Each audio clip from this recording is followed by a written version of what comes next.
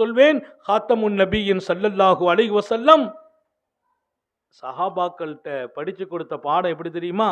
சின்ன சின்ன பிள்ளைங்க சஹாபாக்கள் அவங்க வீடுகளில் அந்த பிள்ளைங்க என்ன பண்ணுவாங்கன்னா,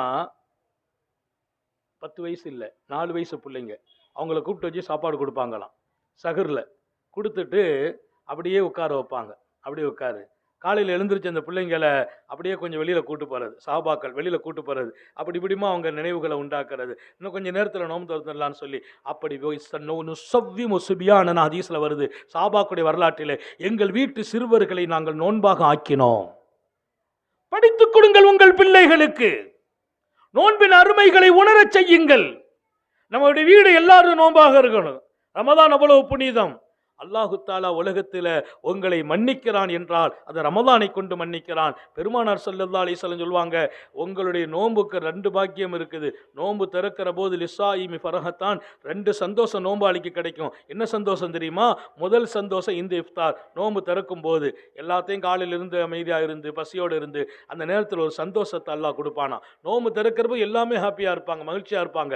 அந்த நேரத்தில் நீ கேட்குற துவா ஒப்புக்கொள்ளப்படுனாங்க. அல்லாஹ் எல்லாருக்கும் தௌபி செய்வானாங்க. அப்போ அந்த கஞ்சி என்ன இருக்குது, வடை என்ன இருக்குது, அது பெண்களுக்கும் சொல்கிறேன். சமையல் கேட்டில் எங்கள் வீட்டில் நிற்க விட மாட்டேன். அந்த 5 நிமிஷத்துக்கு முன்னால் வந்து உட்கார வச்சு துவா செய்திடணும்.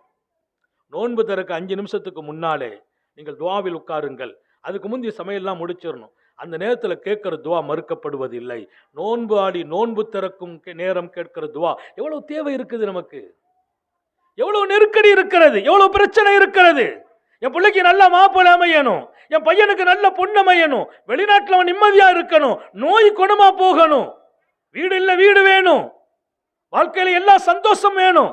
அவ்வளவு தேவையும் கேட்பதற்கு சஹாபாக்கள் எழுதி வைப்பாங்களாம். என்னென்ன தேவை நோட்டில் போட்டு எழுதி வைக்கிறது. வலிமார்கள் சாலியங்கள் எங்க எழுதி வச்சிருக்கீங்க? ரமலான் வருது, நோம்பு பிடிச்சிட்டு என்ன துவா கேட்டாலும் அல்லாஹ் கபூல் செய்வான், அதற்காக எழுதி வைக்கிறோம். ரமலானுடைய மாதத்துக்கு இன்னொரு பேர் என்ன தெரியுமா?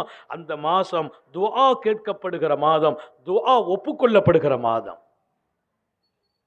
சர்க்கார் ஆலம் ஸல்லல்லாஹு அலைஹி வஸல்லம் சொல்வாங்க,